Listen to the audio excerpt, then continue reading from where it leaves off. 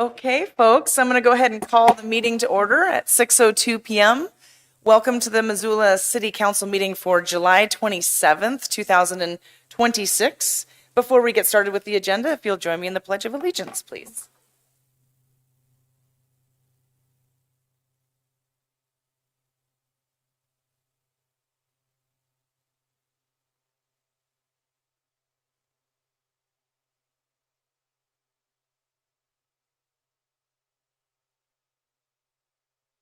Okay.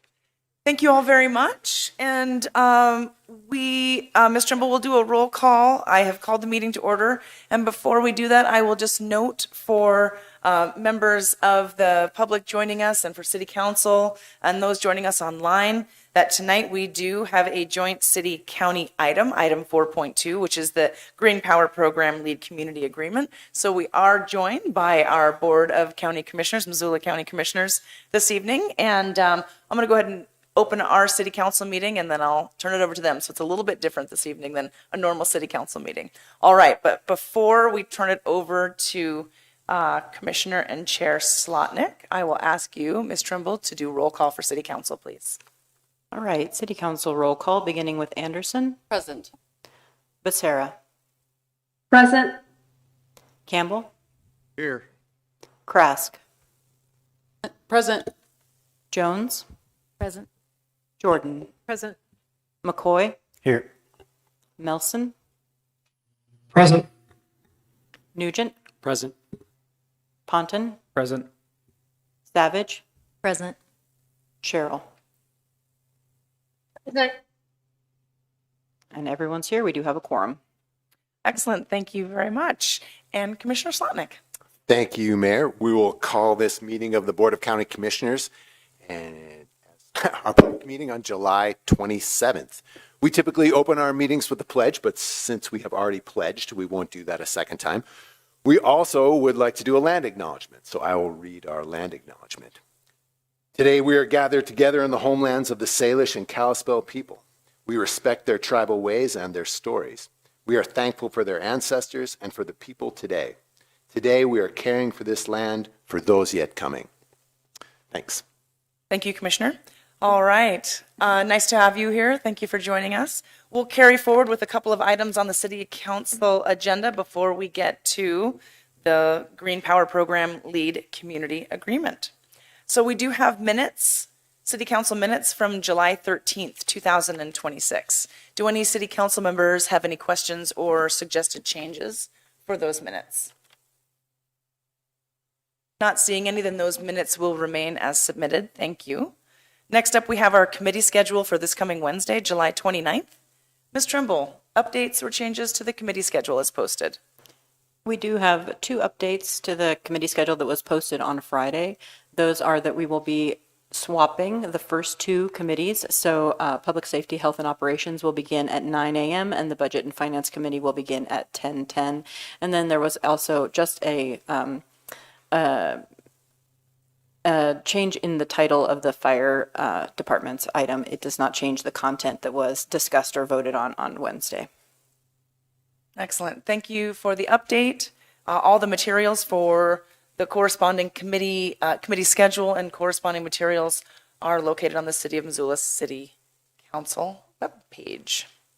All right, next we'll move to special presentations and proclamations, and we will start with Neighborhood Council updates. We are lucky to have two Neighborhood Council updates this evening. The first on the agenda is the University District Leadership Team Report.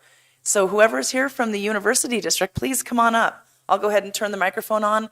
And for yourself and others, just know that the microphone arm is adjustable. So if you would adjust that to your height, make sure that you're speaking clearly and so we can hear you for the record and for the closed caption as well. Thank you.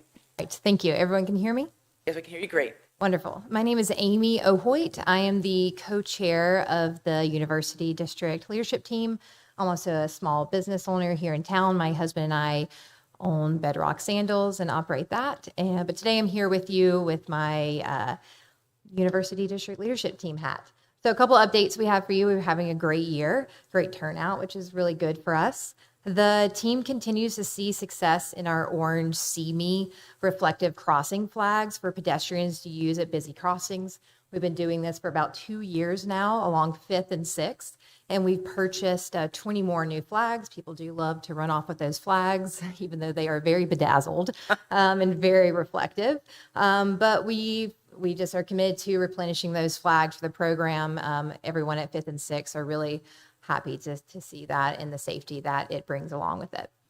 The next thing is that we have our annual University District Neighborhood General Meeting that's taking place on September 9th at Bonner Park. The topics will include parking, zoning updates. University of Montana will come and talk about any kind of updates they have going on as well. We have urban forestry, public works and mobility, and the downtown. The dinner and refreshments will be provided, as well as a raffle for neighbors to attend at the end of the meeting. So last year we had a great turnout. We did pizza, which kind of, I think, helped a little bit, but we're hoping to have a big turnout again this year.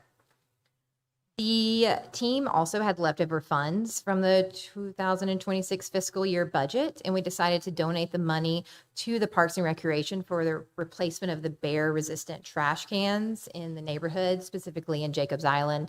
We started that last year, and it seemed to be a good way to give any extra budget we have to help the area, specifically the dog park area, with any kind of bear control. That's all we have for updates. If there's any questions. Very good. Thank you very much. Any questions from Ms. Oakley? Questions, comments, council members? All right. Well, excellent. Thank you so much for your thorough update. Really appreciate your participation with the Neighborhood Council and the leadership team and your local government. Thank you so much. Thanks, everyone. All right. Next up, we have another Neighborhood Council update, and this is from the Franklin to Fort leadership team. I do believe that this update may be online. Jen, I see your hand raised. We're ready to hear your update when you unmute there. Can you hear me okay? Yes, we sure can. Thank you. Okay, perfect. Yeah, I'm sorry for doing this remotely, but I'm in Kalispell for work today. So I'm Jen Worrell, Worrell, Franklin to Fort, and this will be fairly brief. I just wanted to let everybody know that we did take part in the city chat events at Emerald Park on June 23rd. We gave out ice cream, and we're planning on hosting another ice cream social in conjunction with the Front Step Community Land Trust Missoula Outdoor Cinema on August 14th at Franklin School. So everyone is invited to that. And we are still collecting survey responses until September. Their survey is on our website within the Missoula neighborhoods, and neighbors who take it and provide their email address will be entered in to win a $200 Winco gift card. So, and we've got a lot of good information from these surveys in the past. So I do encourage everybody to take it. And that was it. Well, fantastic. Jen, thank you so much for joining us from Kalispell, and appreciate you working hard to get people's input from the neighborhood. Thank you. And again, thank you always for your participation. Any members of council wish to ask a question of Jen or make a comment before we let her go? All right. Not seeing any then. Jen, thanks again. Safe travels on your way back home. Thank you. All right. That does wrap up our neighborhood council updates for this evening. Back to my agenda here. So next up, we do have this joint city-county item, which is the Green Power Program Lead Community Agreement. We have staff from both the city and the county, as well as an esteemed prior city council member who is part of the team that has seen this from the beginning to the point where we are today. We're also joined by members of Northwestern Energy, and I'm happy to have you all here. Thank you so much. And this is an opportunity for us to get an update from our staffs around the significance of this milestone and where we are with this program. You'll hear much more detail from the folks about to deliver this, but I'll just start by saying I'm very excited that we are at this point where we are collectively approving the lead community agreement. I will note, and I'm sure this is part of the presentation, in addition to the city of Missoula, the county of Missoula, but the city of Bozeman is the third local government in the state of Montana that has agreed to participate in the creation of this green power program along with Northwestern Energy.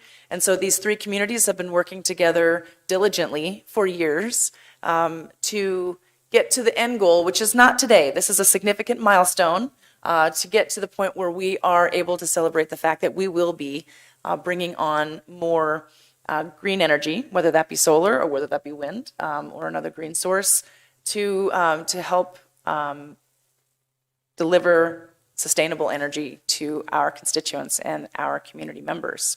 So with that, I'll turn it over to our staff members, and starting out the presentation is Ann Geiger. Mayor Davis, thank you for your introduction. Can you folks hear me okay?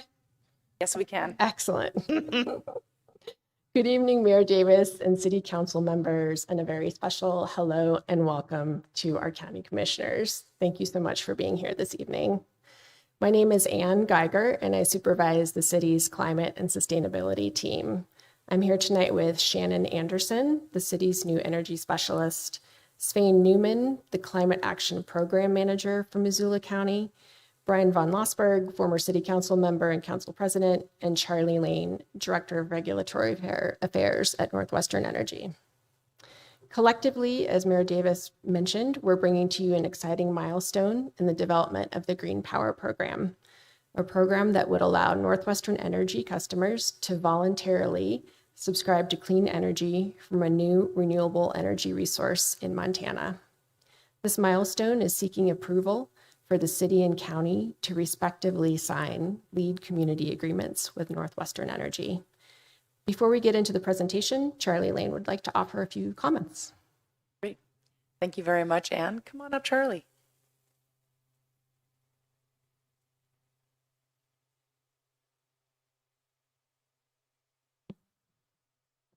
Here.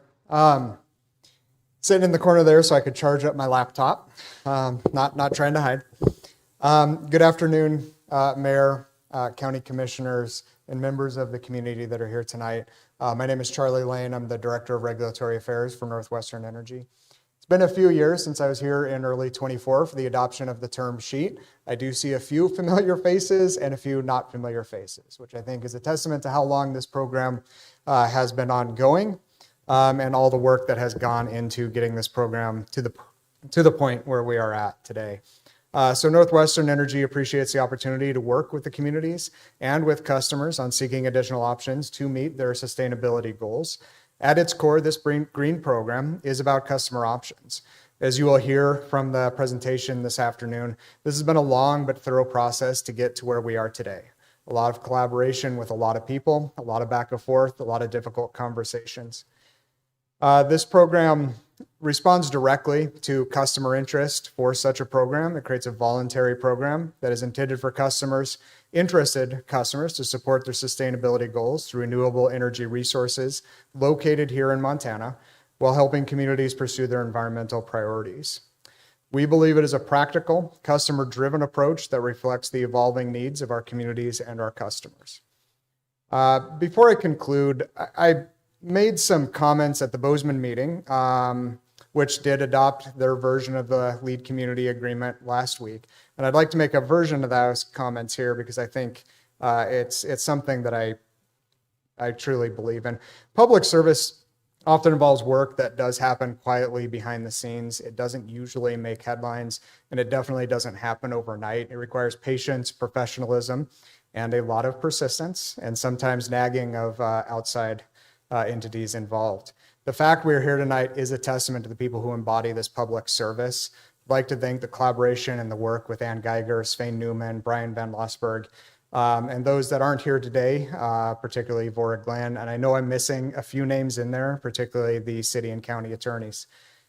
Through changes in staff, changes in circumstances, and a few challenges along the way, All those involved remain focused on the goal, and very thoughtful and deliberate during difficult conversations, and continue to do the hard work necessary to move this project forward. I'd like to thank the Commission for your consideration and support as we continue moving forward with this program and seek approval from the Montana Public Service Commission. This is a significant milestone, but the beginning of more regulatory process. Thank you for your consideration. Happy to answer questions as they come up. Great, Mr. Lane, thank you very much for your comments, and very glad that you joined us this evening. Thank you. Ms. Geiger.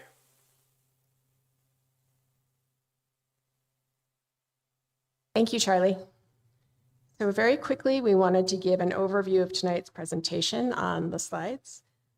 So we'll be talking about a big picture look at why we're establishing a Green Power Program, or GPP, the guiding principles behind the GPP and how it would work, the timeline and process involved, where we are today, that is your consideration of the lead community agreement, and a look at future city and county steps in the development of this program. A few words about the big picture. The City and County of Missoula view the GPP as a key strategy toward reaching our joint 100% clean electricity goal. The GPP on its own is not enough to meet our goal, but it's the most significant opportunity available to us. Early calculations showed that participating in the GPP would bring the Missoula community 10% closer to our goal, while most solutions fall in the realm of 1%. The GPP is an important piece of the puzzle, so we're excited to be here tonight with this milestone. Now I'll pass it to Shannon.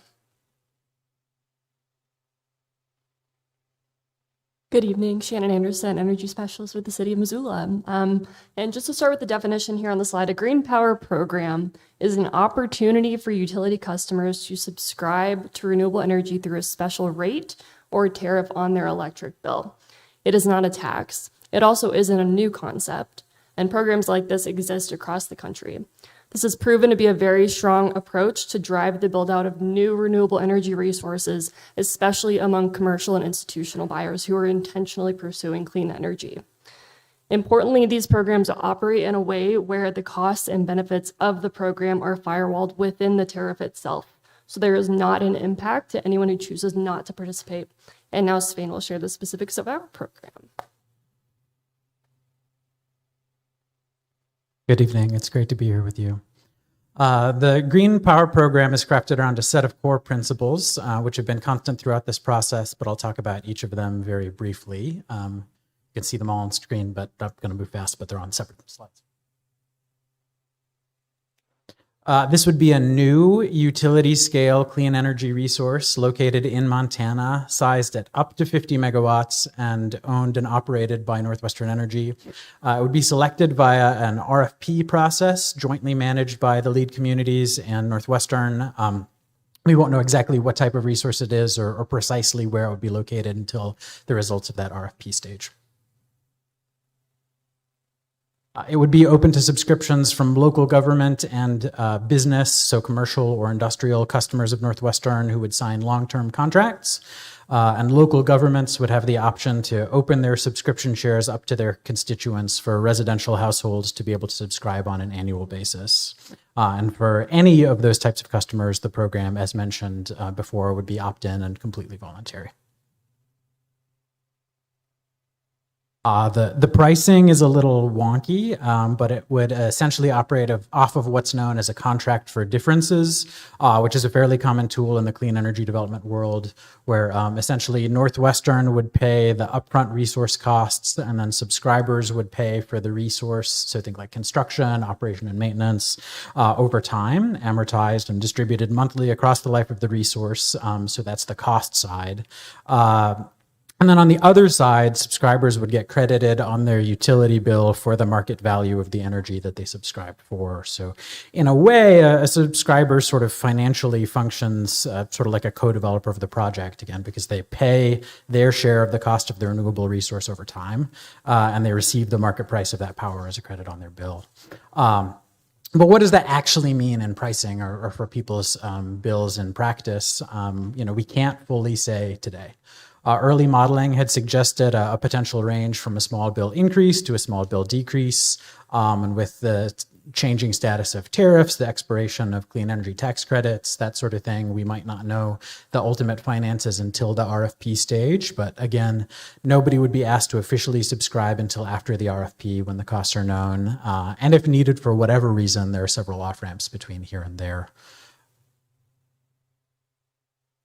And again, this pricing structure where subscribers pay for the resource over time and receive the market value of the energy is based off of that foundational principle that the costs and benefits of the program are contained within it, so that nobody outside of the GPP is either subsidizing or getting subsidized by it.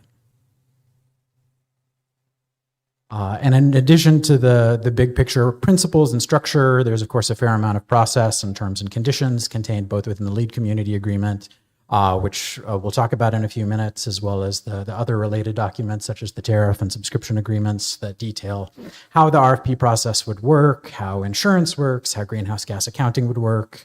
You can see some of the major additional provisions on this slide, and we're happy to go into detail on anything if you would like in Q&A, but for now, I will turn it over to Brian. Svein? Good evening, Mayor Davis, council members, county commissioners. It's nice to see you and to be let back in the building. I want to go over very quickly a slide that you've seen many times throughout this program. Charlie spoke really well to the history of the program.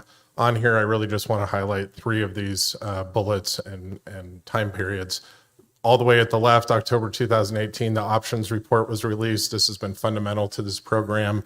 And I want to note, as I did in committee, the role that Amy Sillenberg from Climate Smart played in that report, as well as Tom Platt, who's no longer with us. But Tom had, I think, the clearest vision of what we might be able to achieve with a market-driven, voluntary choice sort of program.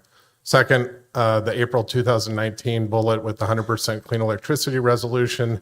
You might remember, those of you who were, I think all three of the county commissioners were here at this time, this room filled a joint meeting like this, and businesses, constituents, nonprofit organizations, just a full meeting from the community in clear support of the community's 100% clean electricity resolution. And then to skip ahead to January 2024, as Charlie mentioned, the signing of the program term sheet over 2 years ago, a lot of work and negotiations on the various components of this program since that time. And that brings us up to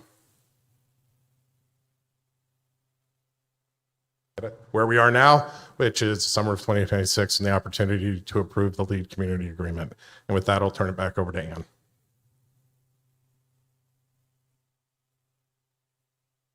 Thank you, Brian. So that begs the question, what is the lead community agreement? The lead community agreement, or LCA, is a binding agreement between each lead community and Northwestern Energy. The LCA outlines the roles and responsibilities of each lead community and Northwestern to work together to bring the GPP to the Public Service Commission, or PSC. The LCA also includes specifics about the RFP design and process to build a new renewable energy resource for this program. The LCA also includes two key pieces of information about the process. The communities and Northwestern plan to file the GPP with the PSC on or before September 15th of this year. And the city and county's notices of interest will be included as attachments to our lead community agreements. Those non-binding notices of interest show expected load commitments of 25.9 million and 5.2 million annual kilowatt hours, respectively. Then here's a forward-looking slide that includes the GPP term sheet and program design that Brian talked about, as well as the LCA step. We're currently on track to file the GPP with the PSC by September 15th, although that date is subject to change if all parties agree to move it up or back. Once the program is filed at the PSC, the review window for the PSC is unknown. There aren't any statutory requirements for an approved by date. After PSC approval of the program is the recruitment period, in which the lead communities will recruit eligible customers and have eligible customers submit notices of interest to Northwestern. The lead communities also plan to submit revised notices of interest at that point. Then potentially in late 2027, we'll have the request for proposals process, which we estimate would take about a year. This will be a competitive process for selecting a new renewable energy facility to serve as the resource for the GPP. Then once we have bids back, pick a project and have a good sense of the pricing, likely in 2028, potential customers, including the city and the county, will submit subscription agreements. That's the point at which things are officially locked in. Then after the GPP is fully subscribed, Northwestern will make a compliance filing at the PSC. Please note, Svein had mentioned there are several points across the timeline. There are opportunities for lead communities to bow out if we want to. For example, if the PSC makes changes to the GPP that aren't acceptable to the lead communities or to Northwestern, we can terminate our lead community agreements. Another example is if the lead communities or Northwestern don't approve the RFP design, we have another off-ramp opportunity. So this slide provides a summary of the steps kicked off by approving the lead community agreement, steps that we've talked about before. And then this slide provides a different view of steps coming up with an eye on possible financial decisions to be made by City Council and the County Commission at a future time. The current step commits staff time to file the program at the PSC. If the lead communities later decide to terminate their lead community agreements and the RFP process had gone forward, lead communities would be obligated to pay RFP cost recovery. The next step will be filing the tariff at the PSC. On this step and the next one, we note coming back to our elected officials for financial decisions as needed. The city and county climate teams don't anticipate needing additional funding to file the GPP at the PSC. Then regarding the next step, recruiting subscribers to submit notices of interest. If needed, we would come back to our elected officials to request one-time funding to help cover subscriber recruitment costs. Then after the RFP process and a renewable energy resource has been selected, we would come back to our elected officials to propose purchasing energy through the GPP. That won't be until potentially 2028. And I'm going to turn it over to Brian again. Thanks again. Just some closing comments. This is typically the point in a presentation where I would offer a NASA space exploration story about embarking on long, challenging programs with uncertain odds of success at the end, but everyone in this community has heard all of my stories, so I'm not going to do that. I simply want to say a couple things. Emphasize again that this brings on a new renewable resource. That's so critical to the program.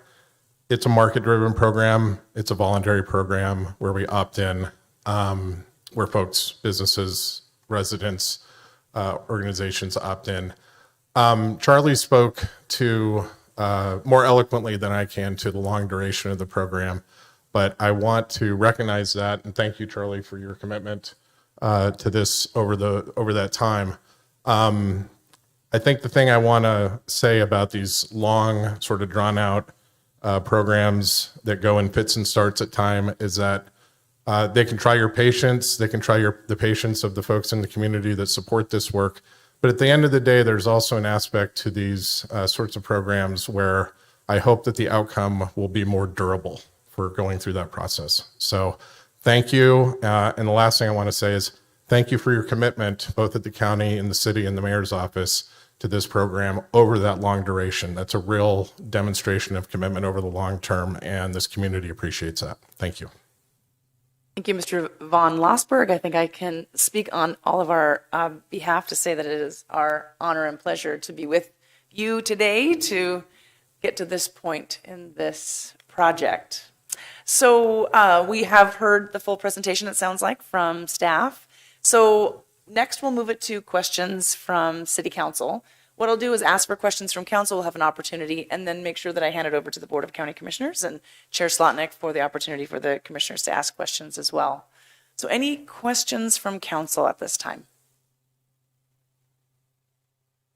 And of course, I know many of you know this, but there was thorough committee meetings both at the city in our climate conservation and parks, as well as the Board of County Commissioner Administration meeting last week. So much of this material and questions have been asked already, and if you're curious about those, both of those meetings are recorded and online for your viewing pleasure.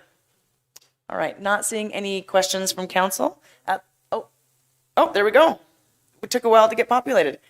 Councillor Campbell, go right ahead. All right. Thank you, Mayor. And yeah, I appreciate the presentation first off and all the Q&A we had during committee last week. Just one question that came to mind between then and now is getting to the point of the actual subscription agreements, assuming everything goes well with the PSC. Initially, the way I understand it is the major stakeholders in this, from at least a local government financial standpoint, is going to be the governing agencies, the city of Missoula, Missoula County, and the city of Bozeman. I mean, we discussed hope that we'd be able to get other businesses and industries and things like that to come on board. But as it stands initially, major stakeholders in this will be government entities. Is that correct? Yes, that's correct. Thank you. That's all I have. Okay, thank you, Councillor Campbell. And Councillor McCoy, I saw your hand up, but it's down. I see Councillor Ponton has a question. Did you have a question? Good. Thank you. All right. Councillor Ponton. Thank you, Mayor Davis. Just one quick question as I think about this from a residential consumer perspective. Sorry, I'm not sure who exactly to direct this to, but just looking at the service agreement there for residential consumers, I was kind of the impression after Wednesday that the energy was purchased in like kilowatt hour blocks, but it seems like there's also like a 12-month commitment for subscribers that auto renews for another year. Can you talk to me about that delta? Is there like a minimum block purchase? So could somebody switch to 0 per month to fulfill that 12-month obligation, or how does that work?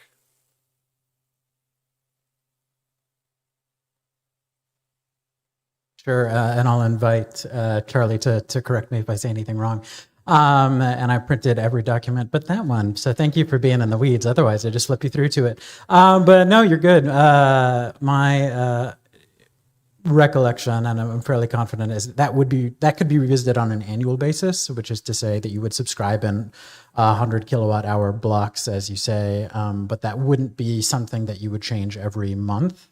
But that would be revisited potentially once a year, again, with the opportunity for folks to sort of opt out during the recruitment window. I mean, to get a little bit into the weeds on the process, there would be an annual subscription period, I think it's like August and September, and then that list of interested community member subscribers would be reviewed by Northwestern, would be sent to local governments actually for potential review too, and then folks would, and then that would be reviewed at the beginning of November, I believe, but then it would be a January to December participation process, and then any community members who, and default, this is also in the weeds, but since you're here, were to default on their bill, potentially the GPP subscription portion of that bill would be picked up by the communities that were kind of the backstop on the program.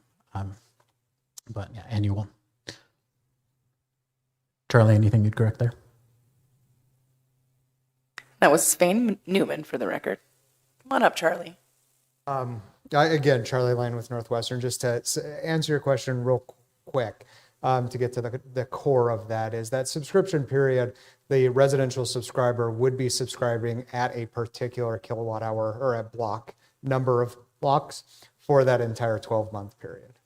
And then I think it was covered in the slides, but just to make sure it's clear, those subscribers, those residential subscribers, those are people who live within the communities that are otherwise participating in the program. So participating communities can dole out a portion of their subscription to be covered by those residential subscribers, which is one of the reasons that it was important to have some certainty around the financials and the durability of those residential enrollees.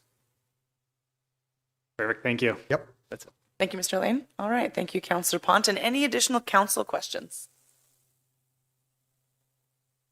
All right. Not seeing any, then Commissioner Slotnick, I will turn it over to you and the commissioners for questions. Awesome. Great.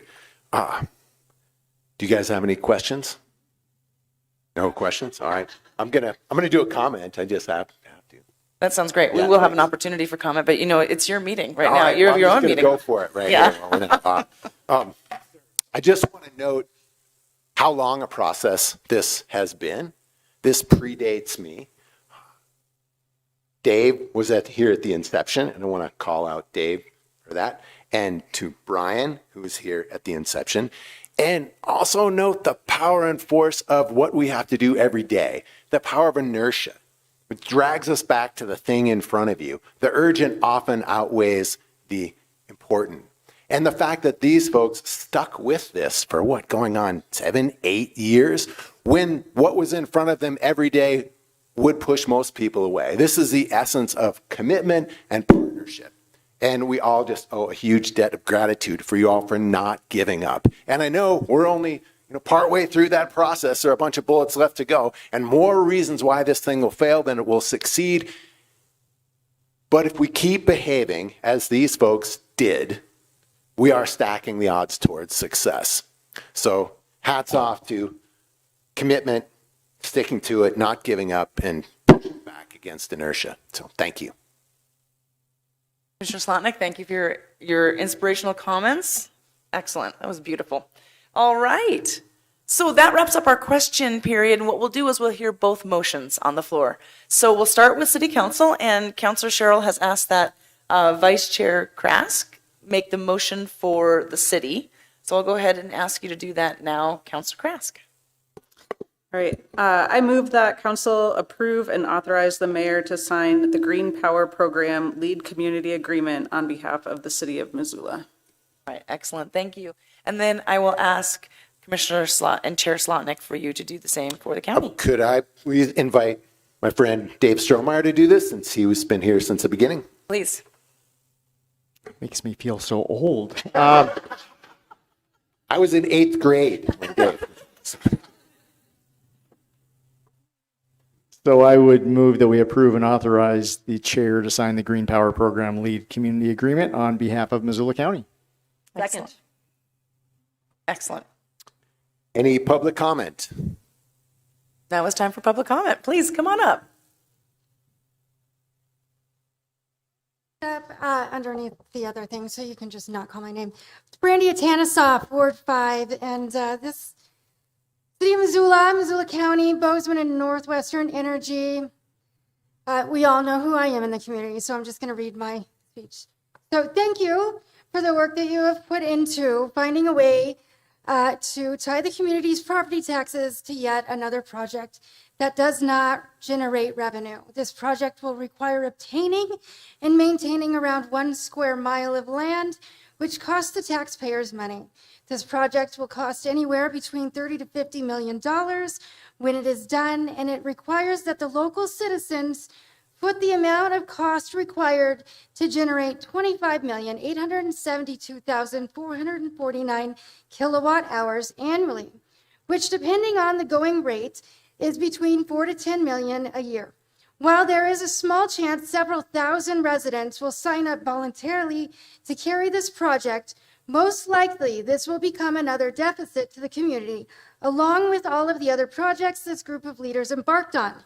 A while back, there was an orchestrated attack on the timber industry that used the presence of chemicals in local rivers that were used decades ago across the world. Mills were shut down, non-disclosure agreements were signed, and access to local forests was cut off. It, like this green energy initiative, was someone's pet project. The timber industry maintained the health of the local forests, decreased wildfires, provided vital resources for all of the housing to be built, and brought in revenue. The mills did not cost the community a dime. They paid the employees well and gave to the nation. The groups that targeted the timber community have only designed projects that cost taxpayer money. On top of that, the use of EPA testing to back the direction has made national reports that show the water is so toxic, fish have absorbed it. Non-disclosure agreements keep stories from being told correctly. They exist so that we don't see how the strings were pulled. The rate at which this group of leaders make choices costs the residents their hard-earned money and increases the likelihood that the toxic fish stories will get pushed later. The logging community is a group of hardworking people that would not have given up their commitment to contribute to this nation. The story of the mills represent how this group of leaders made choices in order to accomplish their goals. You need lumber, but are unwilling to contribute anything towards the deficit of the lumber to create those goals of housing. The chemicals in the community from decades ago were marketed to good people as safe, just like the elected officials were marketed as helpful. There is a difference between making choices that cause deficits to the community and making choices that bring revenue. So thank you. Also, Sealy is trying to secede from the county because they are upset with the deficit. So I would really like us to take a look at how we're walking next to the parts of the county that are really upset about these things and if we're addressing those. So thank you for your time and your work. Thank you. Thank you for your comments this evening, Mrs. Satanistoff. Next up for public comment. Anybody else up for public comment this evening? Up.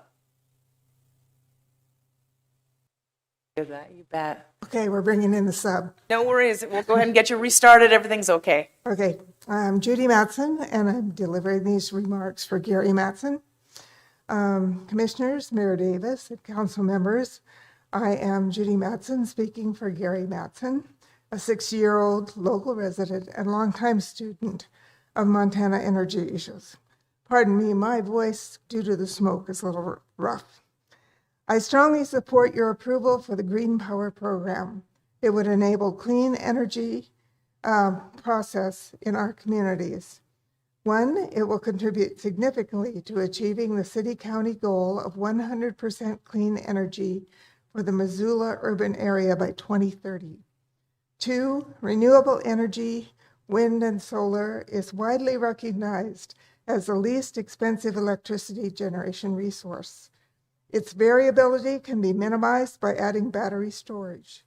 The Green Power Program is an excellent opportunity to demonstrate the feasibility of large-scale renewable generation in Montana.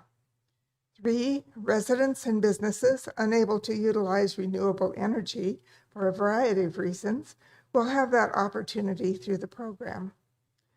4, the success of the Green Power Program and its popularity among local residents will encourage other Montana communities to find ways of increasing their utilization of renewable energy. 5, most importantly, the program will lessen the ongoing climate degradation caused by electricity generation resources utilizing fossil fuels. This climate emergency was recognized by the Missoula City County Resolution of April 18, 2019. That included this statement: there is overwhelming scientific consensus that the climate change is human-induced and primarily caused by our extensive release of greenhouse gases into the atmosphere. The Green Power Program is an important progressive step for a more livable future. Heartfelt thanks to city and county staff and to the Climate Smart Missoula for the years of persistent effort that brought about this successful conclusion, and for the collaboration of Northwestern Energy. Thank you. Ms. Matson, Mr. Matson, thank you for your comments this evening. Appreciate that. Additional public comment. Additional public comment on this agenda item.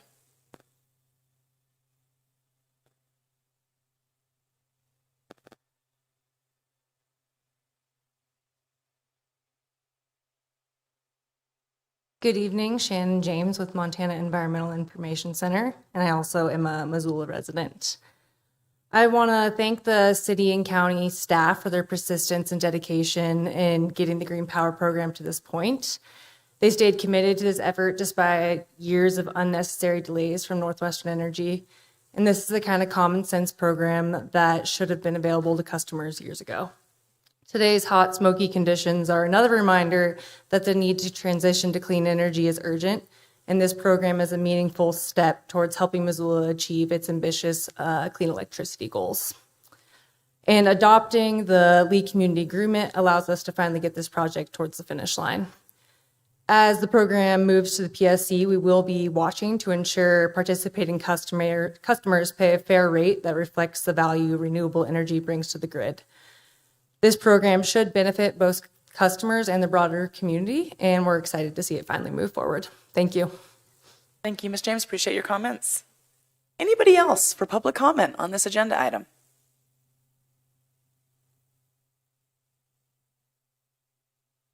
Come on up.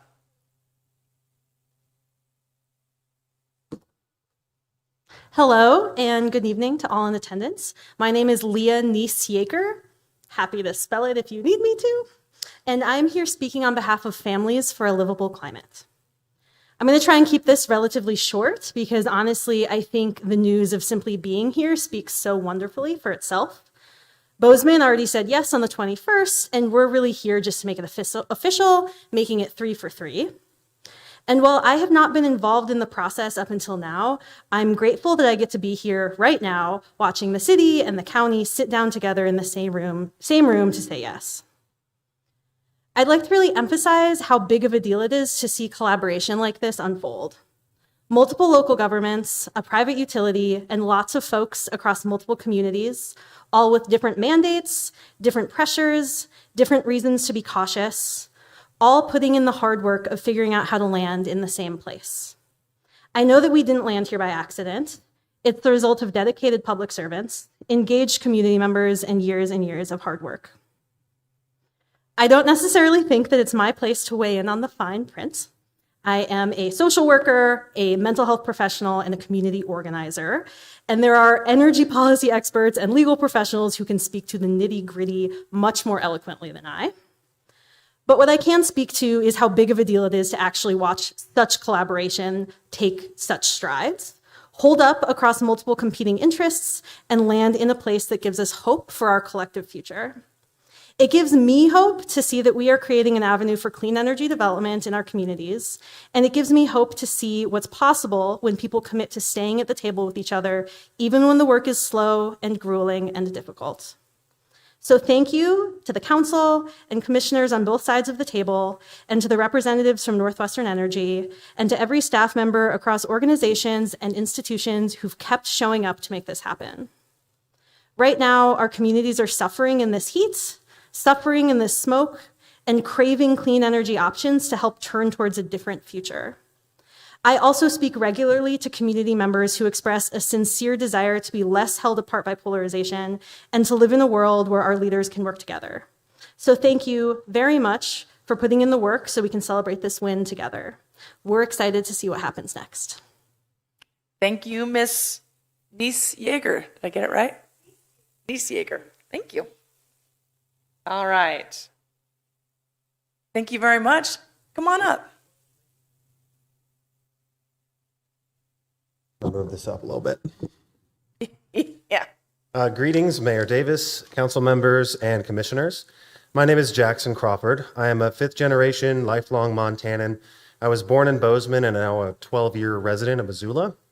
I'm currently the president of the Missoula Sunrise Rotary Club. I'm the business development manager at Onsite Energy and the co-founder and cooperative development director at CoBuild Montana, as well as a local advocate involved in numerous sustainable community and economic development initiatives. I am here to voice my strong support for the Green Power Program. This is an innovative and deeply thoughtful solution to multiple local problems. The Green Power Program would open the doors for Missoula to truly achieve our ambitious climate and sustainability goals. These goals and our follow-through on them are one of the primary examples I use when I tell friends, family, and colleagues about what makes Missoula so special. It may take longer than we'd wish, but staying focused in achieving these goals set our community apart from those who talk about action and those who take it.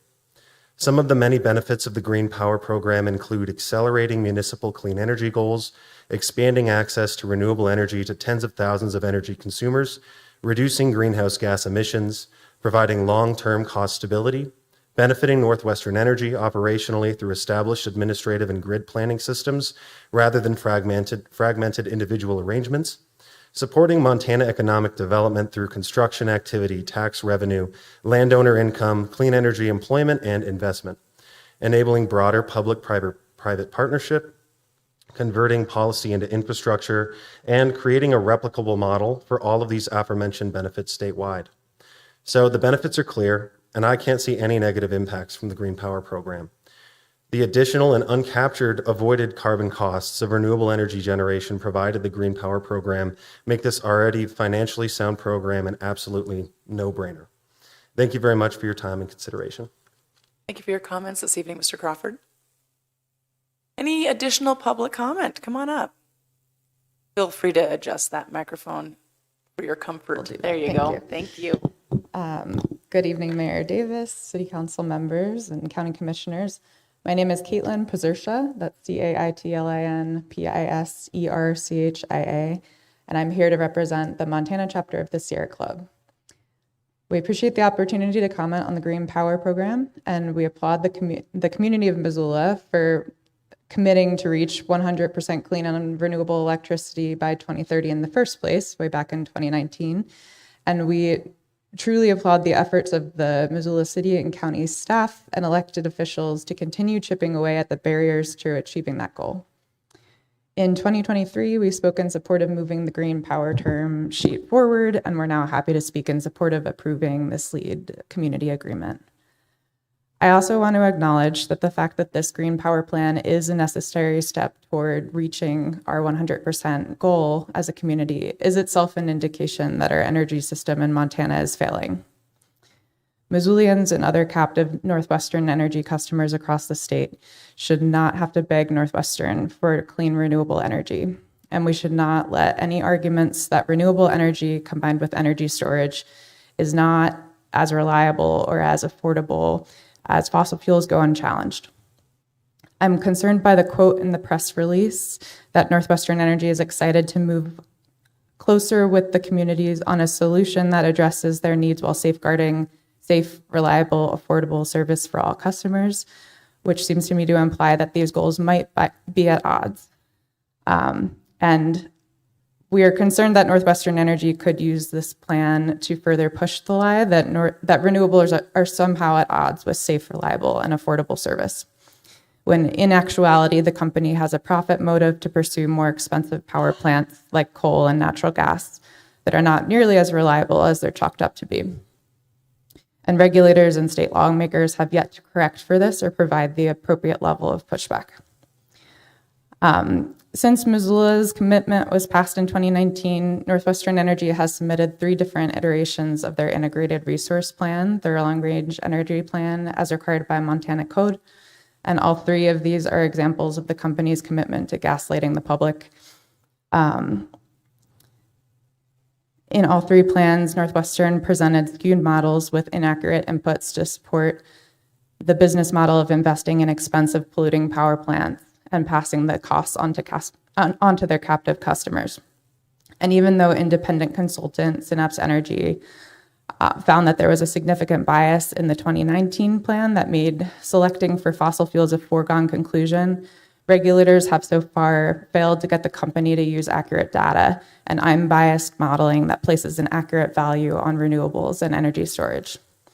At the same time, Northwestern Energy lobbyists at the state legislature have demonstrated the same commitment to fossil fuels year in and year out, playing a key role in stopping good renewable energy bills and propping up fossil fuels in all legislative sessions since 2019. This included supporting local preemption bills to restrain local authority across Montana to pass local laws on fossil fuels. Are you about wrapped up there? You're past your 3 minutes. Okay, Thank you. I will wrap it up. So I think this is important to highlight because while I know there are hardworking employees within Northwestern Energy who truly want to see more renewable energy in Montana, the PR arm of Northwestern Energy has historically served company goals that move in direct opposition to Missoula's 100% goal. And unfortunately, Montana media outlets still too often take Northwestern at their word. So I want to just ask everyone in this room to not lose track of the larger struggle as we make moves forward on this Green Power Plan. Okay. Thank you very much for your comments. Yeah, thank you very much for your hard work. And thank you again to the city and county staff and elected officials who've steadfastly pursued this commitment. Appreciate your comments. Thank you so much. Other members of the public wishing to make comment on this agenda item?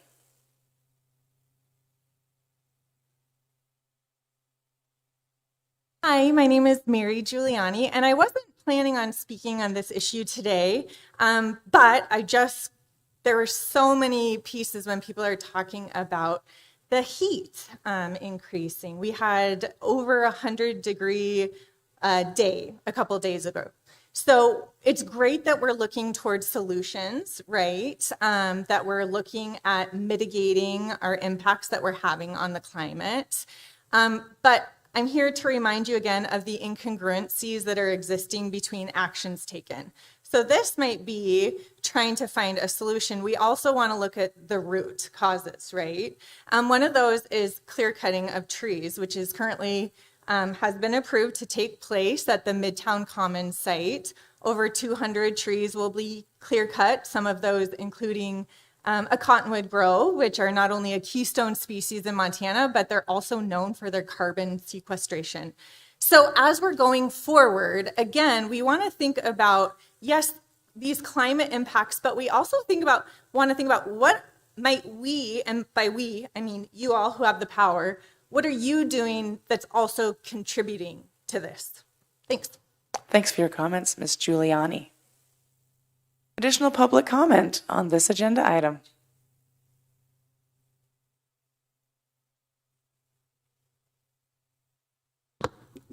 Hello, I'm Amy Sillenberg, Cilimburg. I'm the Executive Director at Climate Smart Missoula. Our name has been brought up a little bit in this because we did start working on this and thinking about what levers could we as a community pull to get ourselves to 100% clean electricity to ultimately do our part to address the climate crisis. And I just want to mention a few things. One, it's really hard to work on climate change year after year after year and then have a summer like we're having right now. A lot of us do look for the people and the things that happen that give us hope. And so tonight is one of those times where we can both think about the people that got us started on this and the good they brought to this, and then the collaboration that we're here to, in part celebrate with you all. So again, Tom Platt's name is forever part of this, as he was one of the instigators and just kept pushing. I think after this meeting, I will text Chase Jones, Diana Mineta, Caroline Bean, who are all part of this. And what they learned as being part of this has then taken them elsewhere, and they continue to do really good work. So we are all in this together. It needs all of us collaboration to push this rock up the hill. So thanks to the council members here and those before you that got this started, and to the commissioners here and before you who got this started and were willing to take some difficult challenges to staff this, bring the capacity forward, and keep it going. So I also really do want to thank the staff that are here. It's really great to work with the folks behind you that you've already heard from, and I really appreciate all the work that they've put in to continue to do this. So we are continuing to work on climate. This is one lever that we can pull. It has taken too long, and we do hope that Northwestern Energy abides by the commitments they've put forward and really help us get this to the Public Service Commission and get this going, and that we look for other levers that we can pull.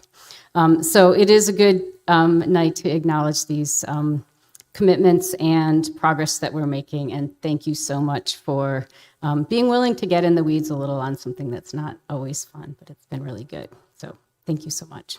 Thank you for your comments and your partnership, Ms. Sillenberg. All right. Anybody else wishing to make public comment on this agenda item this evening? Anybody else wishing to make public comment on this agenda item?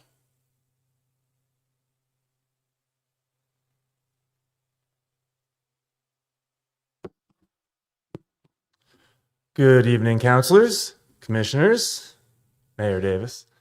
My name is James Crosby, Ward 1, and I would like to say that this is a cool thing. I'm a little bit disappointed that it has taken this long to get this kind of an idea to come forward. I'm a little bit disappointed that it doesn't do as much as it could.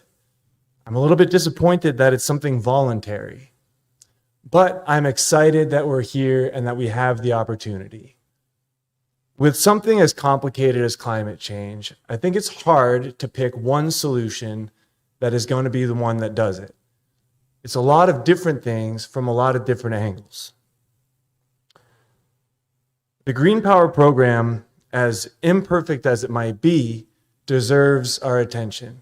It's been going for a long time, since some of our commissioners were in 8th grade, and it still has a long way to go. When the country was founded, our country, America, celebrating its 250th anniversary, the Constitution was put forward not as a perfect document, but a step in the right direction. This should be seen the same. It's not perfect, but it's a step in the right direction. This idea has momentum. This idea has promise. And this idea deserves your yes vote tonight.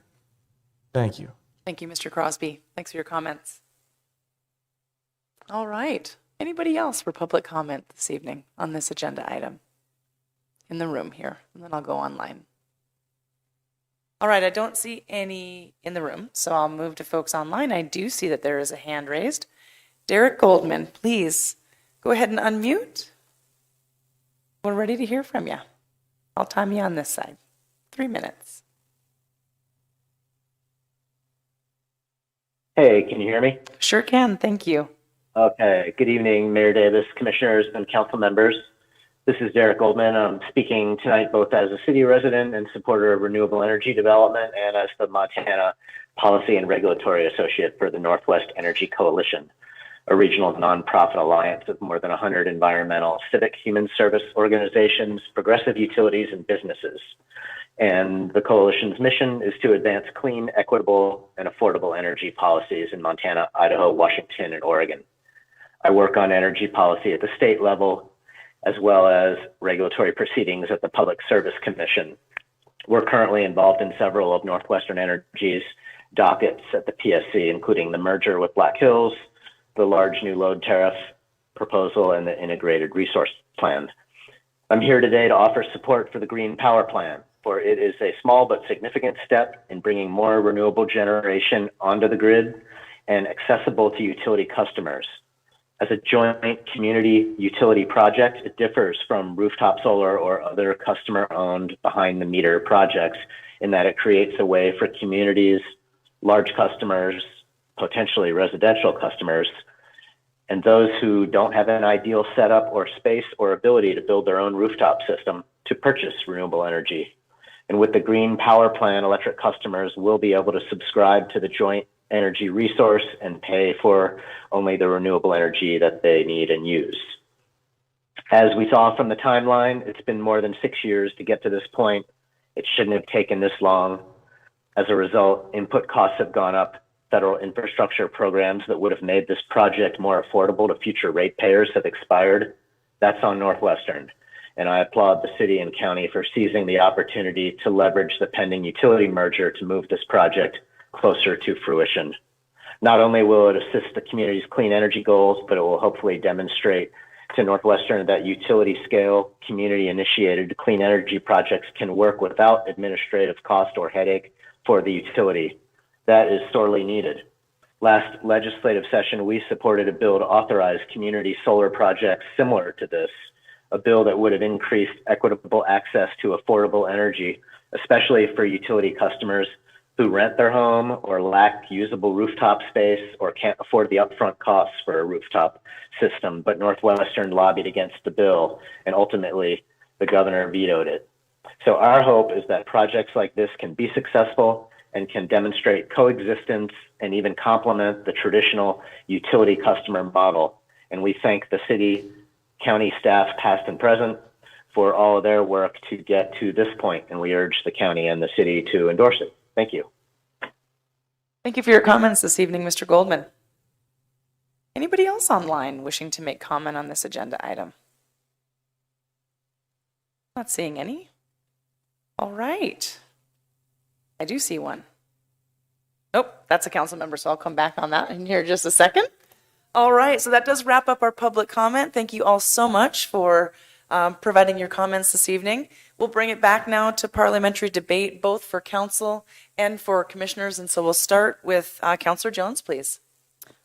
I'll keep it brief. I just want to say thank you to all of the work that has gone into this. I've sat through hours of meetings, as it was explained over and over to us as it went through the different phases. It's complicated. It's taken persistence and really smart people working on it. I'm so grateful to you guys. I'm very hopeful this gets over the ultimate finish line, and I'll be looking forward to signing up. So thanks for all of your work. Thank you, Councillor Jones. And Councillor Krask. Thanks. Gwen promised to keep it brief. I don't have that promise because I have some prepared comments. I first want to start by saying thanks to staff, county partners, and everyone who has spent years bringing this program to this point. I truly believe that we get more done when we work together, and this program is a great example of the many different community and statewide partners it took to get to this point. When Missoula adopted its goal of 100% clean energy, we were making a promise to future generations that we would do our part to build a healthier, more resilient community. Tonight is about continuing to hold up our end of that bargain. Like many families in Missoula, and quite frankly, across the nation, we're all spending another summer asking whether it's safe for anyone to be outside due to wildfire smoke.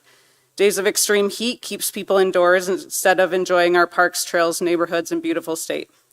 These aren't isolated events anymore. Although smoke and heat events can be inconsistent from year to year, these decisions and this smoke and heat have certainly become a regular part of summer life in Montana. It's important to note that these climate experiences are directly tied with the action we're making tonight. Most of our electricity is still generated by burning fossil fuels. We all know that this process releases greenhouse gases that trap heat in our atmosphere. As the climate warms, we see hotter temperatures, longer periods of drought, and the conditions that allow wildfires to burn larger, longer, and more intensely. While no single program can solve climate change, expanding access to clean electricity addresses one of its root causes. Every step we take to reduce greenhouse gas emissions is a step towards protecting the places, seasons, and quality of life that make Missoula home. This program gives our community something we don't currently have: choice. This program creates a pathway to invest in new renewable energy generation here in Montana while helping move our community toward the clean energy future we've committed to, that our state has committed to. Montana's Constitution enshrines the right to a clean and healthful environment, and as a community, we need to do our part. We owe it to future generations. Further, climate change doesn't affect everyone equally. Families living paycheck to paycheck, seniors, children, people with chronic health conditions, and renters often bear the greatest burden from extreme heat and wildfire smoke while having the fewest resources to adapt. Community members have to make the choice between a cool night's sleep and clean air. This season extends into the school year as well. As a teacher, I knew all too well how hard it was to teach and how hard it was for students to learn when it was so hot outside, but we had to keep windows closed for air quality, making it even hotter in the unair-conditioned buildings. Beyond simple air cooling and cleaning, many residents are not able to install rooftop solar, improve the energy efficiency of their homes, or afford other investments that reduce both energy costs and climate impacts. I sure hope equity remains central as this program evolves. A clean energy future shouldn't be reserved for those who can afford it most. We're often told that climate change is too big for individuals or cities to meaningfully address, but I don't believe that's true. We may not solve this challenge on our own, but every community has a responsibility to lead where it can. Progress happens because communities choose action over inaction, one meaningful decision at a time. To me, this isn't simply an energy policy. It's about what kind of community we want to leave our children. A livable Missoula and Montana is one where kids can spend summer afternoons outside without checking the air quality first. It's a community that aligns its values with its actions, and it's one that recognizes sustainability and equity aren't competing priorities. In fact, they're deeply connected. This agreement is a practical step toward that future, and I'm proud to support it. Thank you. Thank you for your comments, Councillor Krask. And Councillor Anderson.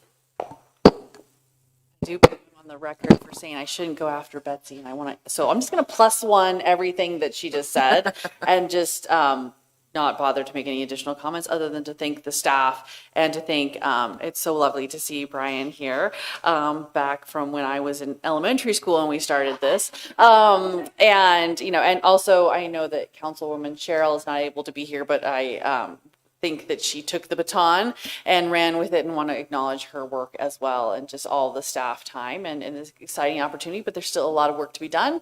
And so I don't think anybody here who's been investing so much time and energy is going to be taking their foot off the accelerator anytime soon. maybe not a great energy analogy there, but it does seem very apropos that unfortunately, many of us today were looking, I know myself and my family members were looking to see what was the air quality, and where in the state could we send, relatives who were in poor health to try to find decent clean air. And unfortunately, there wasn't a lot of options. So it's unfortunate when Mother Nature reminds us of these things, that we have work and we're running out of time. And so thank you to everyone who's been doing the work to this point, and look forward to the continued collaboration going forward. Thank you, Counselor. And Counselor Cheryl, please. Yeah, hi. And I'm really sorry I can't be there with everyone tonight to celebrate this, because it is a big milestone, and I know that we're not there yet, and I know that we need to keep pushing, but I'm really happy that we've gotten as far as we are. And I just, Betsy said it really well, but I also want to just say thank you to everyone that has been involved in this since the dawn of time. But it really has taken an incredible amount of tenacity, and I just appreciate that we have civil servants that are willing to do that. And yeah, I mean, that's amazing. If I came in to it years ago and have done very little by comparison to everyone else, but it takes a village, and it takes a village that keeps moving forward. And so thank you so much to everyone for getting us to this step. And again, I'm sorry I can't be there in person tonight, because I think this is just a big moment. Thank you, Counselor Cheryl. Understandable that you had work obligations, and we're happy that you can participate remotely, in particular this evening, knowing how much this item means to you. Counselor Savage. Yeah, I will be brief as well. But about 2 years ago, Counselor Cheryl handed over the reins to the Climate and Conservation Committee to me to be the chair for a very brief window of 2 years. And she was like, okay, so there's this thing and we got to sit down and talk about it. And then we sat down with staff and talked about it. And I think Ann Geiger came into the middle of this, and her team has really worked hard. We've lost some staff members along the way, Avora in particular. I can remember meeting consistently and just getting continued updates from Avora, who seemed extremely patient with this process. But I do just want to note just how hard, our city staff has worked, how hard county staff has worked, and how hard people just with tenacity kept coming back to this. A special thank you to Climate Smart Missoula, and a special thank you to Counselor Cheryl for continuing to champion this. And she was the chair of the Climate and Parks Committee. She went on to be City Council President. She's back being the chair of Climate and Parks, and here we are. So yeah, just a particular thank you to those folks. All right. Appreciate your comments. Thank you so much. I see no more council members' hands raised, so I'll turn it over to the Board of County Commissioners and Commissioner Slotnick. Oh, Thanks. I have another, but we'll turn it over to these guys, and then we'll come back to you, Councilor Campbell. Thank you. So I already said my piece, and I'm glad a lot of people remember my middle school roots. Would you guys like to add anything? All right. Thanks everyone for coming out tonight. Just a few comments of level setting, and so there's some in the room who will not be surprised by this, but when it comes to wildfire and smoke, I want to be clear that in July, in the Northern Rockies in Montana, smoke and fire is not anomalous. While we are here tonight to recognize that the action we're taking tonight is all about mitigating climate change, and the effects of climate change are real and present. As long as there's been dried vegetation and lightning commingling on the landscape of the Northern Rockies, there has been fire. And in fact, roll back the clock to August 20th and 21st, 1910, the largest fire complex in recorded history in the Northern Rockies, over 3 million acres, occurred. Pre-industrial, anthropogenic climate change impacts. So anyway, with that little editorial statement out of the way, I did a little archaeological investigation of my inbox, my email inbox today, and while Brian was exactly correct in the slide up here that there were precursors of what we are doing tonight that go back to 2018 and even earlier than that, my inbox showed December of 2019 in Big Sky, Montana. And I think, Brian, you and I are maybe the only survivors in the room of that gathering where Northwestern Energy, the city of Missoula, the city of Bozeman, Missoula County, the community of Big Sky, and the city of Helena all came together to start the brainstorming process that eventually, yes, after almost 7 years, has gotten us to where we are today. I have no desire to lament how long it has taken to get us to where we are today, because I think we too frequently seize the moment of celebration. And tonight, I think, even though the future is wrought with peril, tonight is a moment of celebration, and I look forward to going before the PSC in lockstep with Northwestern Energy to do what has not been done in the state of Montana before.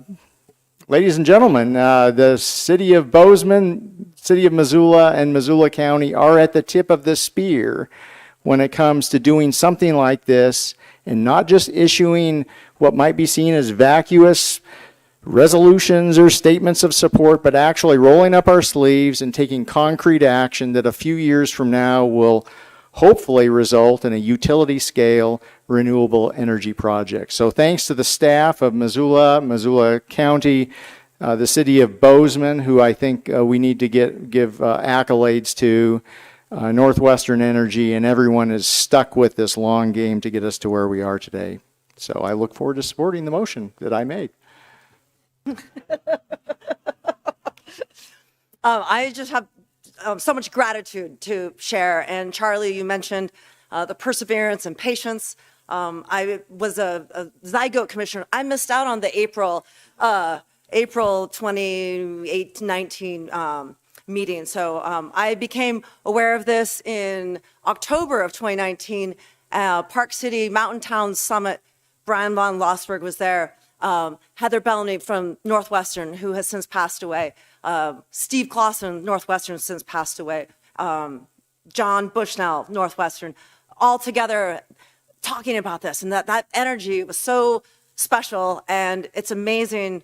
Yes, we're still in it. We have Amy Sillenberg, who was here, and so much gratitude for Diana Mineta and Carolyn Bean, Chase Jones, and we're here today. And so very excited and so much gratitude and enjoy, like my fellow commissioner. We're celebrating. All right.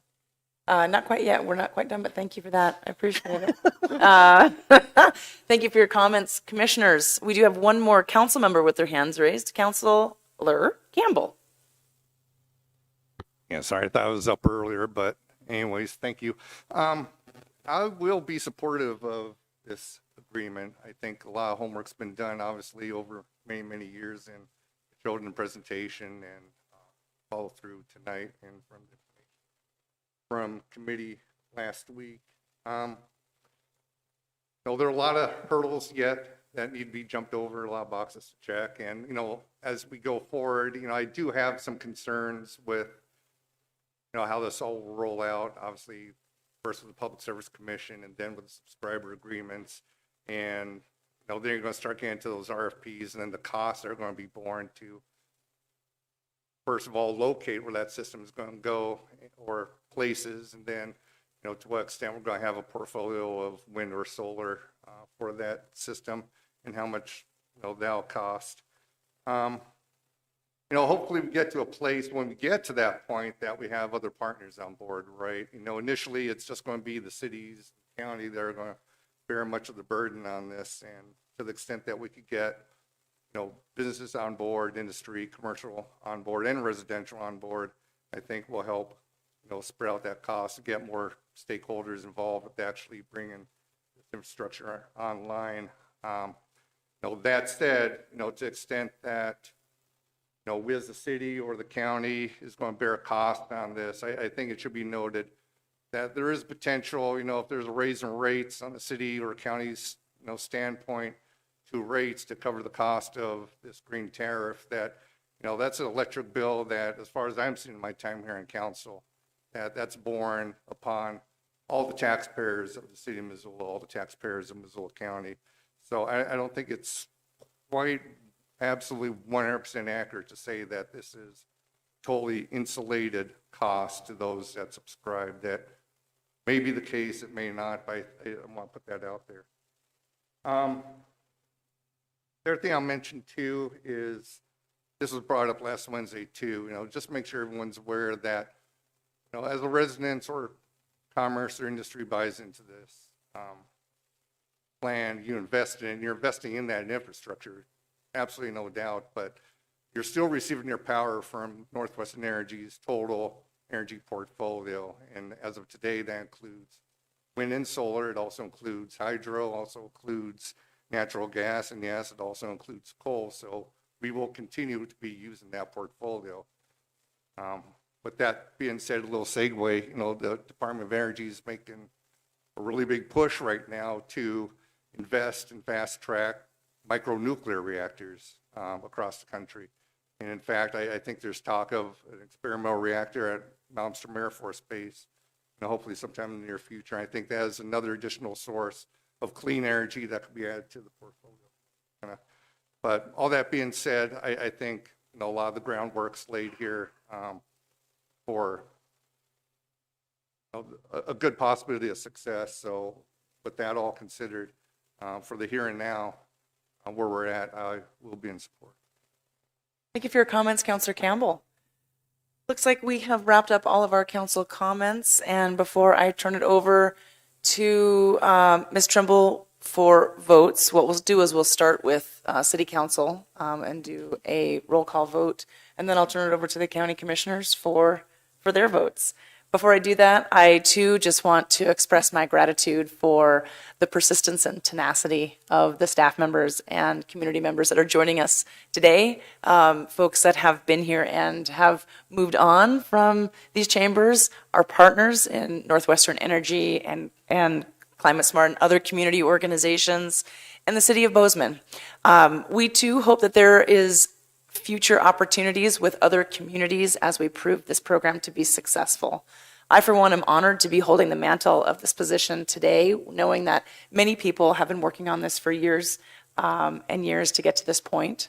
And I'm just very eager to get to the next step and appreciate not only, again, the perseverance, the vision, and the tenacity, but also the faith to see that we can do something that is difficult, that might feel insurmountable, and yet here we are achieving this today. So thank you all so much. And with that, Ms. Trimble will do a roll call vote with City Council, please.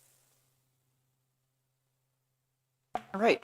For City Council's vote to approve and authorize the mayor to sign the Green Power Program Lead Community Agreement on behalf of the City of Missoula, beginning with Anderson. Yes. Becerra. Yes. Campbell. Yes. Krask. Yes. Jones. Yes. Jordan. Yes. McCoy. Aye. Melson. Yes. Nugent. Yes.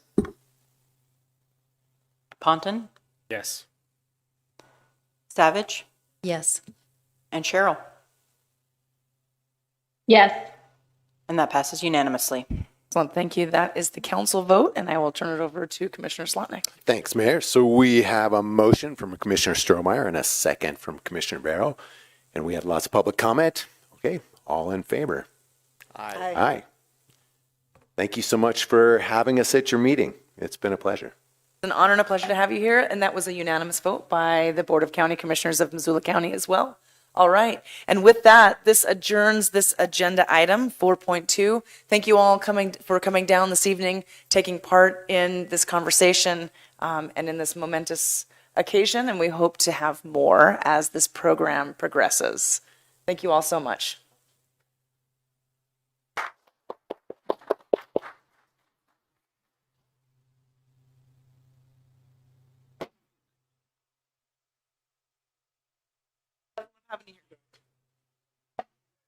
Not that we don't want you to come back. Do some more good work together. Folks, we're just going to do a 5-minute break just while folks can leave the room. So we'll do a 5-minute recess.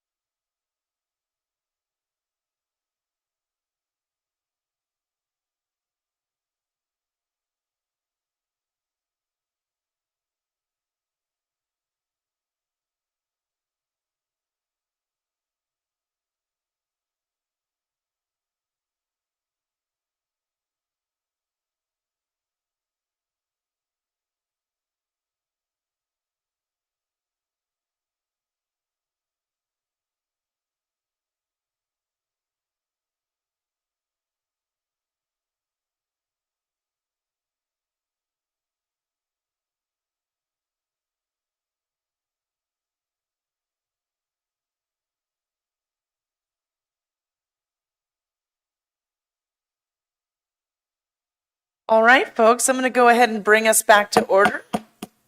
Reconvene the meeting of the Missoula City Council, 7:33 p.m. Thanks for the break there. Appreciate that. We are moving on to item number 5, which is public comment for items not on the agenda. And this first period of public comment for items not on the agenda is limited to 20 minutes total, with up to 3 minutes allotted per speaker.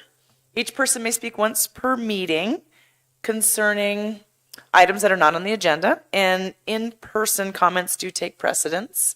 Sign up is required. I have the sign up sheet here, and follows a first come, first served basis. The second period of public comment on items not on the agenda will follow immediately after the conclusion of all regular business and continue until all comments have been taken. So with that, we know that Ms. Antanistov has already made her comment. She asked us to be taken off this list. And the next person that we have up that has signed is Marissa Bentzy. Marissa Bentzy? She was the other commenter. Great.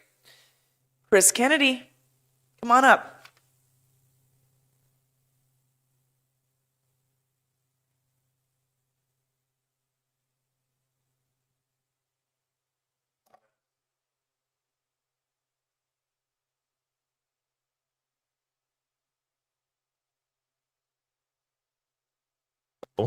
That a person could come into this place and deliver a public comment at a predictable time. Just not too long ago, that was modified. We had no public comment at the beginning of meetings, more or less ending public comment practically. Today, I was here, well, I am here. I am real, I am present, I am before you. And I was expecting to comment early. I have back issues. After a day of work, it is not easy for me to sit here for an hour and a half. Nevertheless, I have, because now I see that this victory I thought that people of the city had made in getting their public comment back at a predictable time is a bit tainted, is it not? Apparently, the language in the beginning is too ambiguous. Perhaps the 20 minutes could have been placed before that very long discussion. But anyway, that's not what I came here to talk about. As I said, I expected to, speak fairly early. But it is emblematic, or even symptomatic, yes, that's better, of what I came here to talk about, which is the lack of transparency and the pro forma way the city has taken lately of addressing serious issues. Let's look no further than a couple lawsuits. I mean, there were a few this month. One of municipal court judges asking for public access to documents, having to sue the city to do that. Incredible. I don't even really remember what I wanted to say anymore, to be honest. I just want to go home and lay down now. However, let me say very clearly and with no I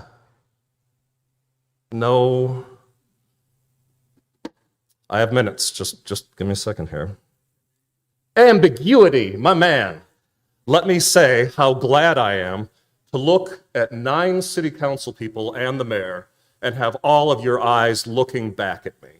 It's kind of irritating to sometimes see you guys taking care of your Candy Crush saga on the laptop while we're here hoping to meet eyes and provide presence. I do this because I think it's so valuable, the human-to-human interaction. And please, let's get Missoula to be the place it needs to be, where we take care of business in a progressive and kind way. Yeah, listen to the people. Thank you, Mr. Kennedy, and thanks for sticking it out tonight to make your public comment. That is everybody that has signed up for public comment in this session. As we have been allowing, though, there is still time on the clock if anybody wishes to make public comment on items that are not on the agenda. Okay, not seeing any in the audience. How about online? Not seeing any online. That does wrap up our public comment for items that are not on the agenda. Right. Next, we'll move to public hearings. We do have one public hearing this evening. It's item 6.1 on the agenda, dealing with Missoula Municipal Code 3.17, Waterline Loan Program, and Sewer Line Loan Program. And we do have Mr. McGinnis, I believe here, staff member Logan McGinnis, to give us the staff report on this agenda item, please. Thank you. Thank you, Mayor. And I'm really apologize. I'm having camera issues tonight, so I guess you just have to stare at my photograph. So I'm sorry about that. It's okay. So I'm Logan McInnes. I'm the Deputy Public Works Director for Utilities. And the item on the agenda tonight is a public hearing regarding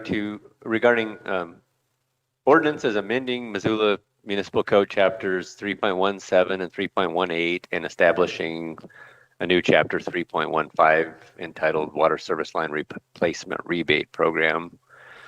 So, I mean, all this effort it's really kind of a cleanup. And generally speaking, it's taking rebates out of the loan so you can get a rebate without having to get a loan.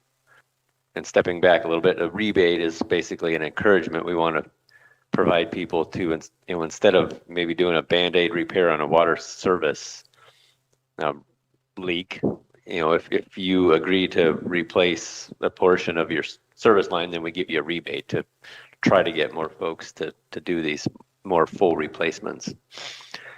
So I guess maybe I should just go to the recommended motion, and then I guess you guys can ask other questions if you have them.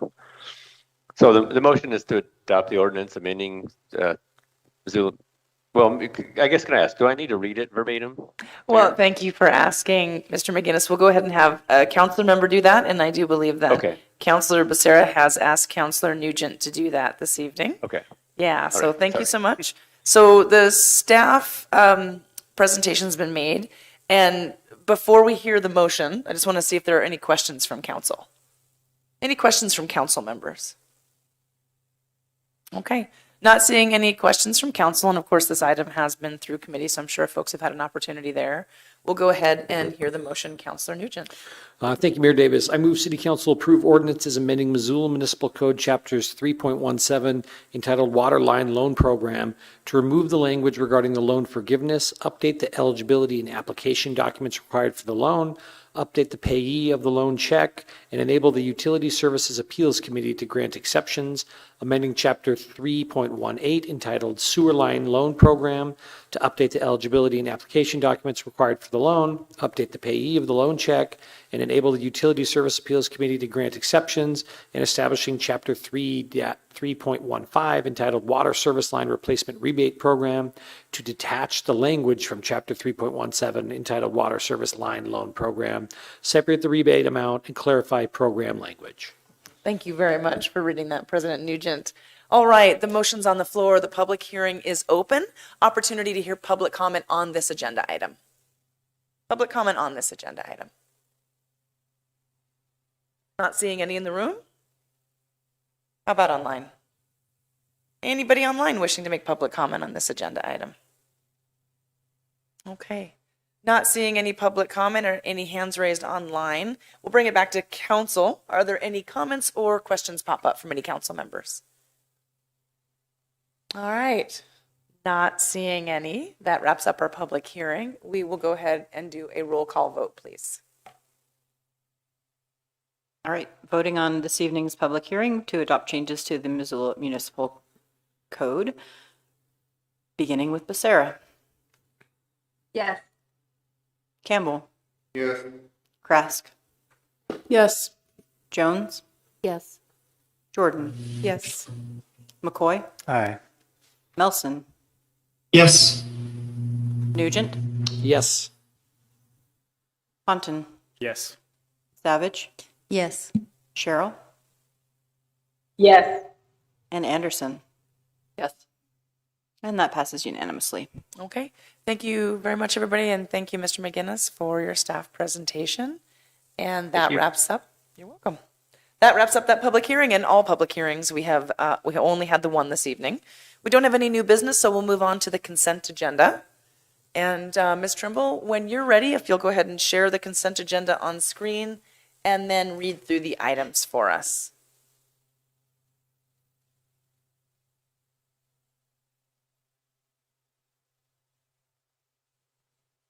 All right.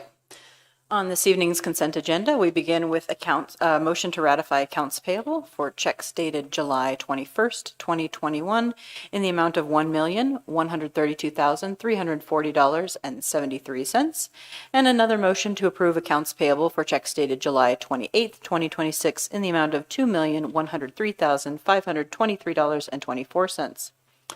We have a motion to set a public hearing on August 10th, 2026 and adopt a resolution of intention to vacate the 60-foot Dixon Avenue right-of-way running east-west in the blocks 60 and 63 of Carline Addition, a recorded subdivision of the Missoula County, Montana, located in Section 32 T13N R19W, Principal Meridian, Montana. We have a motion to approve and authorize the mayor to sign the professional services agreement with Morrison Merrily for the replacement of the PLC 600 and PLC 700 at the wastewater treatment plant at a cost not to exceed $102,800. We have a motion to set a public hearing for August 10th, 2026 to adopt a resolution of intent to vacate a portion of the cul-de-sac lying southwest of the extension of the southwesterly tangent of Expo Parkway, located in the Plat of Commerce Center in the northwest quarter of Section 5 T13 North R19 West, Principal Meridian, Missoula, Montana. We have a motion to reappoint Tyler Albrechtsen as a regular member for a term beginning immediately and expiring on April 30th, 2029 to the Parks and Recreation Board, and to reappoint Derek Canwisher to the alternate 1 slot for a term beginning immediately and expiring April 30th, 2029, and to reappoint Sam Duncan to the alternate 2 slot for a term beginning immediately and expiring on April 30th, 2028. And our last item of business is a motion to set a public hearing for August 24th, 2026 to solicit public comment on whether the Wildflower Apartments meet a community housing need for their request for property tax exemption. Okay. Thank you very much, Ms. Trimble, for reading the list aloud. I'll turn it over to the public to see if there are any members of the public that wish to consent or comment on the consent agenda. Come on up. You can adjust that microphone for your comfort there. Chris Kennedy is so much taller than I am. Mayor, council people, glad to be here. Good to see you. And Carrie Schreiber, Ward 4, Southgate Triangle. And I liked how the one guy introduced himself with his Montana roots. So I'm fifth generation Montanan, Irish potato farming.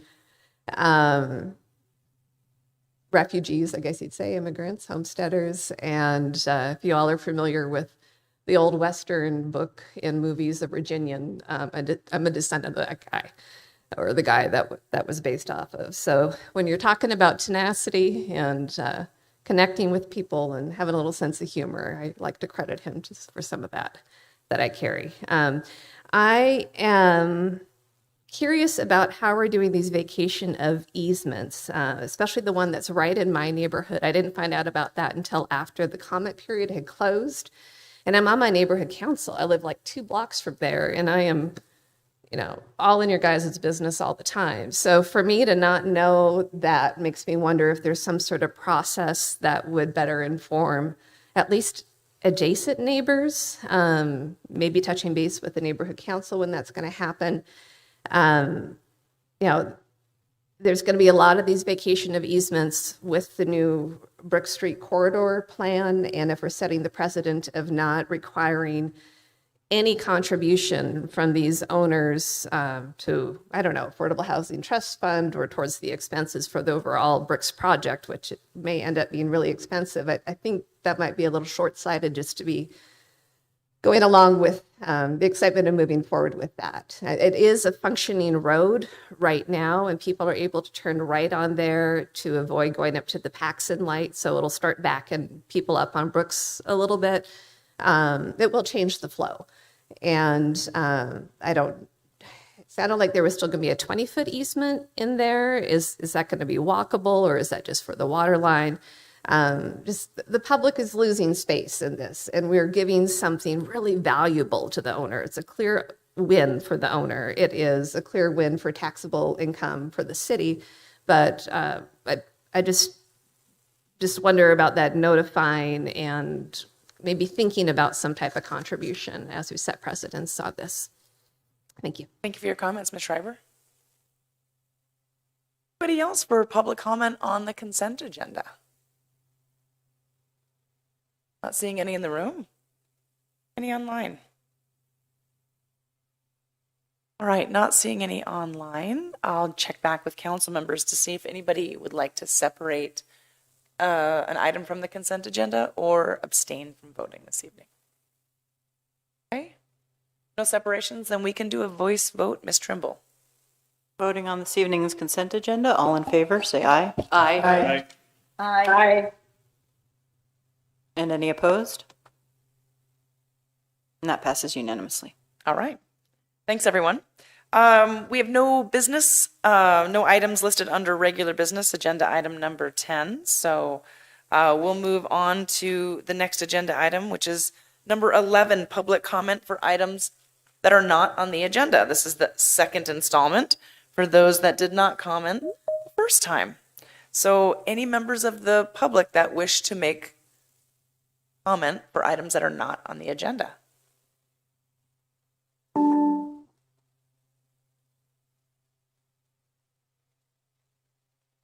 Mary Schreiber again, Southgate Triangle, Ward 4.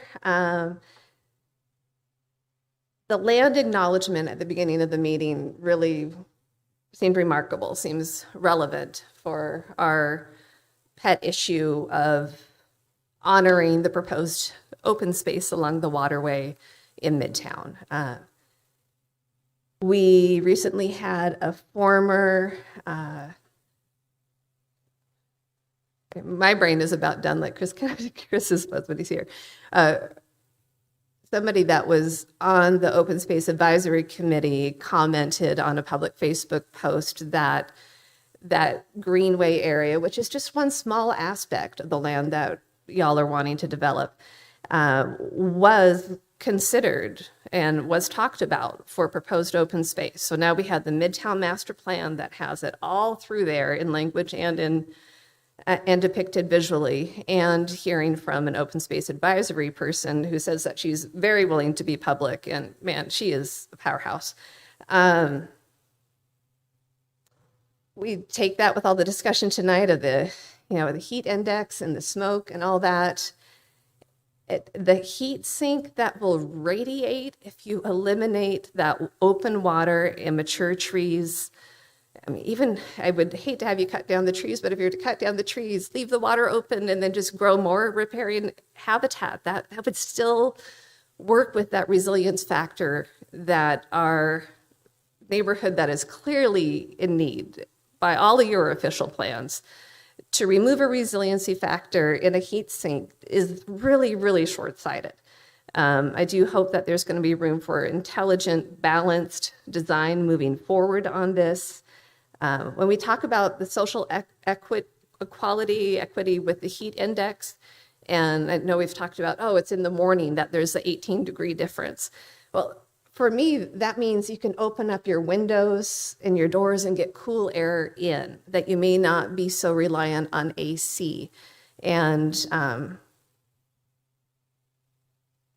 I just think we need to have thoughtful decision. I understand the excitement of maximizing housing, and we have always been pro-housing in this, but with intelligent design to maintain the proposed open space and just our clear need for our disenfranchised neighborhood.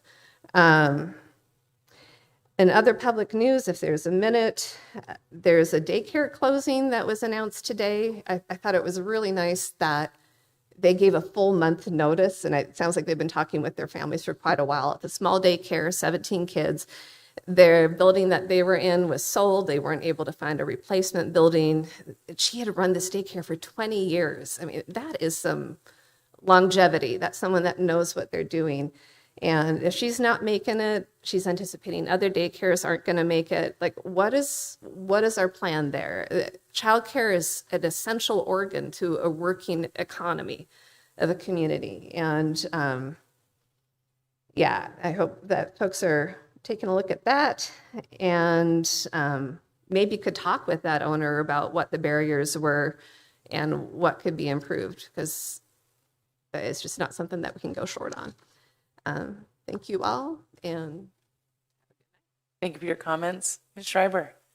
All right. Any other members of the public that haven't had a chance to speak on items not on the agenda? Please come on up. Hello again. My name is Mary Giuliani, and I wanted to thank Councillor Campbell for his comments at the end of the last city council meeting regarding the dark money that has infiltrated Missoula's elections, and how that shows up here and how that affects our city. So I want to thank you for having the courage to openly, publicly say something about that. I think it's really important, and it's obviously an important conversation that needs to be had amongst all of you. I heard some people say, hey, we didn't take the money, but they didn't take a stance on dark money. Councillor McCoy, I also want to thank you. You talked about dark money being poisonous to our election system and governments in general. We see the poison. It exists. It's a very unhealthy system. No matter how we try to spin it or whatever the narrative control is, the cracks are becoming crevices. The information is getting out. The lawsuits are stacking up. So clearly, the system has been poisoned. And my hope is that there's more integrity in calling these things out. There's more integrity in saying, I don't accept dark money and taking a stance against that. And just, I guess this links to this Midtown Commons project again with this lack of transparency piece. We are one of the lawsuits that have been filed against this city. It's unfortunate that we've gotten to this place. You yourself have talked about the importance of meeting with your constituents, doing it early, making sure you're including them. We asked you repeatedly to meet with us and you refused. So it's very unfortunate that you're at this point. It's very unfortunate that we're at this point. And we are pro-neighbors. We're pro-sustainable development. We're pro-housing. We're pro-Missoula. And we're pro-environment. So kind of coming back to these climate mitigation resolutions or whatever you're doing, passing, look at the actions that you're taking. In one of the hottest zones in Missoula, you're clear-cutting mature trees, which again goes against all of these things that the city has said. So thank you, Councillor Campbell. Thank you, Councillor McCoy. I'd be really curious to hear other people's stances on dark money and how that influences elections in Missoula and where you stand on that issue. Be clear about it. Thank you, Ms. Giuliani. Anybody else that hasn't had a chance to make public comment on items not on the agenda? Now's your time. All right, not seeing any then. Not seeing any in the room. How about online? All right. Not seeing any online either. That does wrap up our public comment for items that are not on the agenda. Thank you all very much. Oh, somebody has raised their hand. Sure, you bet. Online. Phone number ending in 4334. Please go ahead and unmute. I'll time you up for 3 minutes on this side.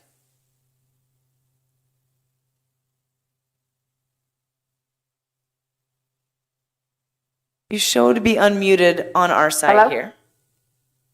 Hello? Can you hear me? Yes, we can. Hi, can you hear me? Yes, we can. Hi, my name's Taylor Fontaine.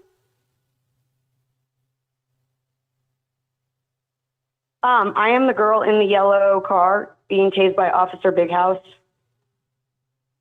And honestly, I had a lot more that I'd want to talk about. I feel like it wouldn't really matter. My only concern is I just want to know why is he still employed with the lawsuit that was filed for a wrongful death and then me getting tased.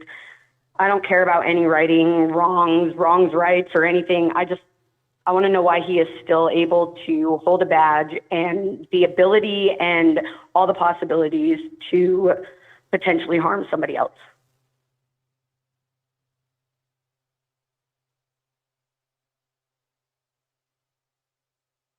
Ms. Taylor, are you complete with your comment there?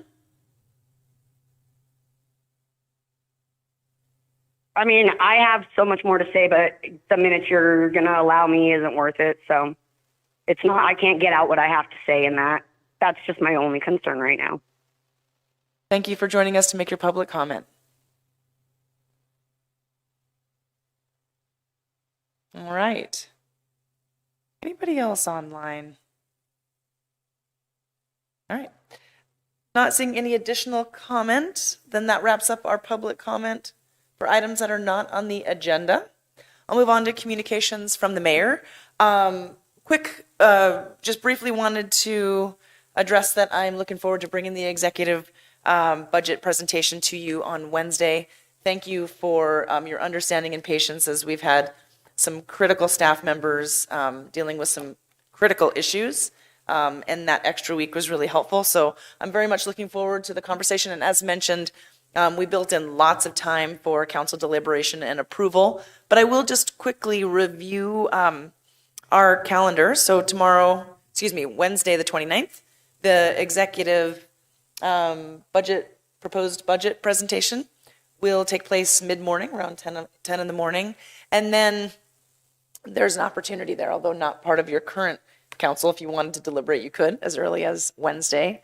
And then the 5th, 12th, and if needed, the 19th. We are planning on opening the public hearing for the city FY27 City of Missoula budget on the 10th, Monday the 10th, with the potential to either accept on the 17th or the 24th. We could go as late as the 31st if we really wanted to. We just have to have it done by September. So just wanted to give an update on that. Thank you very much. I also wanted to mention, we talked quite a bit about our partners and the work that we've been doing, the City of Missoula, the county, and partners like Climate Smart. And Climate Smart's got a really great website if folks have not had a chance to take a look, montanawildfiresmoke.org. They've got a few things on there and as well as some very low-cost ways of creating basically a filter if you can't afford a HEPA or don't have a HEPA filter at home, to make sure that we're cleaning the air after doors are open and windows are open to cool one's house down. But a lot of really good information on today's air, health impacts of wildfire smoke, HEPA rebates, and things. So our partners with Climate Smart continue in partnership with the City of Missoula and the County of Missoula to get this important information out there. And so with that, I'll go ahead and conclude my mayor comments, and I will turn it over to City Council to see who may want to make comment tonight. I'll start with you, Councilor Jordan. Thank you. I just want to thank all of the public commenters that came out tonight. I think that we need to keep hearing from you to remind us what our job is, and that is to represent the people who vote and who live in this town. And so I'm grateful that you all come and provide public comment. I think that, one way that we can really address dark money is by voting yes on I-194, which is the Montana plan, which will essentially give the state power to circumvent Citizens United. And I think that having dark money in politics is really problematic. I appreciated that when I was running for office this last year, we as candidates all get surveys from different organizations, and one of them was from the Montana Association of Realtors, and they actually asked us if we'd be willing to accept PAC money. And so we could say, no, we would not accept PAC money, but we could also still work on getting an endorsement from them. I would like to see other organizations do that, especially the Montana Conservation Voters, which has become, in my opinion, a political organization and does not represent advocacy for the environment any longer. I'm deeply disappointed in how they have become a party player. Anyway, I just wanted to give a big shout out to the folks who come in every week or consistently to remind us what our job is, and to encourage everybody to vote yes on I-94 because it will change how we fund elections in our state. Thank you for your comments, Councillor Jordan. Councillor Ponton. Thanks, Mayor Davis. Just briefly want to mention, because it came up in the comments, the two motions on the consent agenda for tonight related to the intention to vacate easements. We're just setting the public hearing. So those are set for August 10th. So there's a fair bit of time to kind of weigh in and provide comment if you want to. That's all I have tonight. Thanks. Thank you. Thank you, Councillor. Councillor Campbell.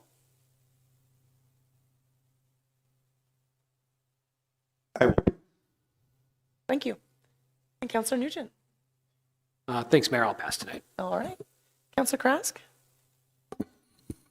I have a couple thoughts, and I don't want to get too in the weeds on it, but since I was directed or asked for a policy or position on dark money, I will say that I don't support dark money in politics. I am getting political flyers day in and day out trying to find where the funding is coming from for those political flyers, because they are coming from people, from entities that don't have names that really tell you anything about the organization and don't tell you about the candidate.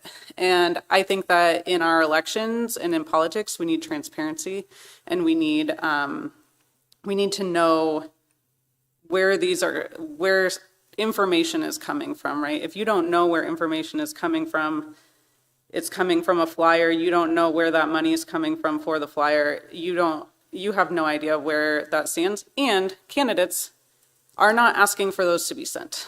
So they can be sent on behalf of a candidate without a candidate approving or saying, I want this sent on my behalf. So I think that that's a real issue too. I think that there's a difference between taking an endorsement from an organization versus taking money from an organization. I think that there's a difference from a small local organization who wants to support somebody running for office versus a large dark money PAC.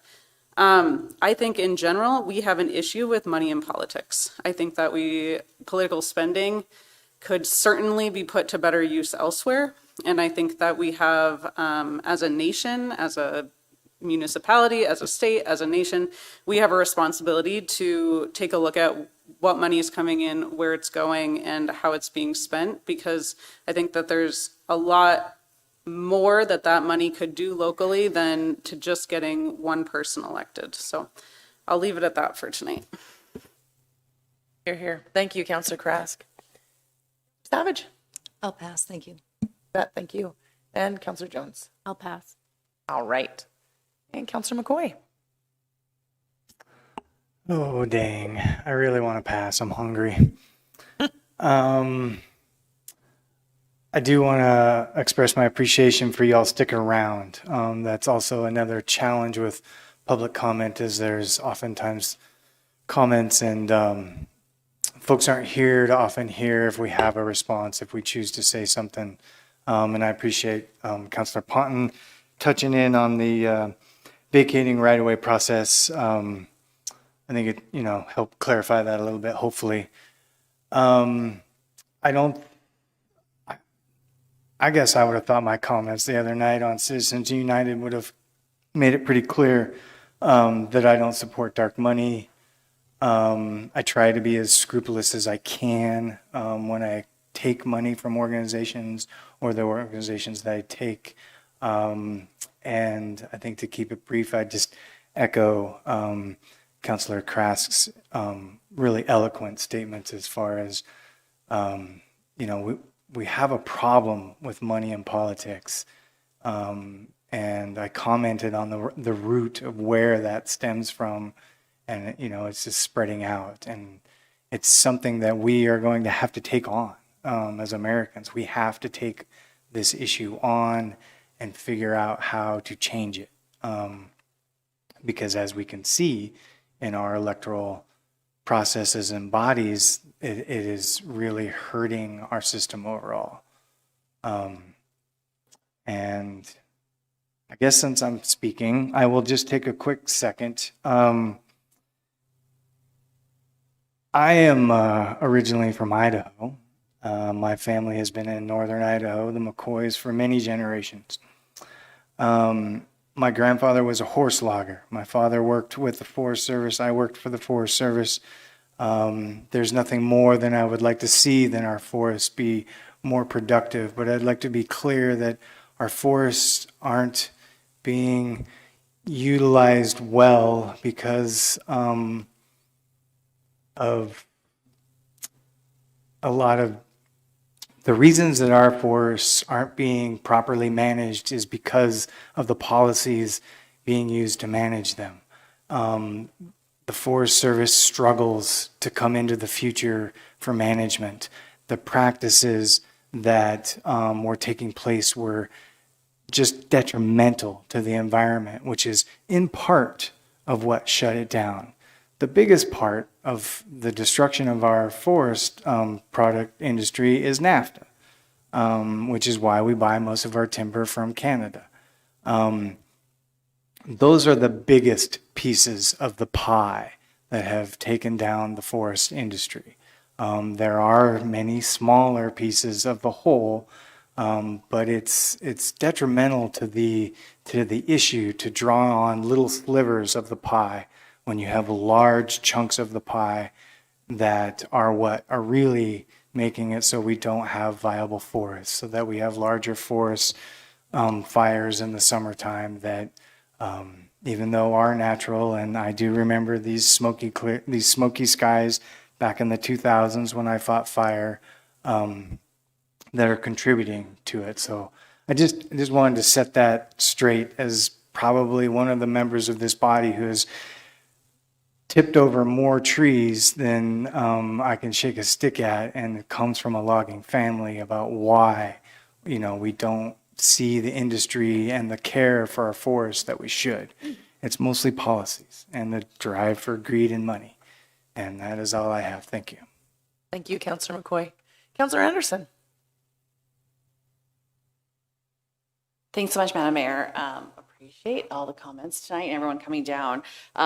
I consider myself incredibly lucky because I get to call Denise Juneau a good friend of mine. And I remember once, and this has stuck with me ever since, I was talking about how proud I am to be a Montanan and how many generations I am.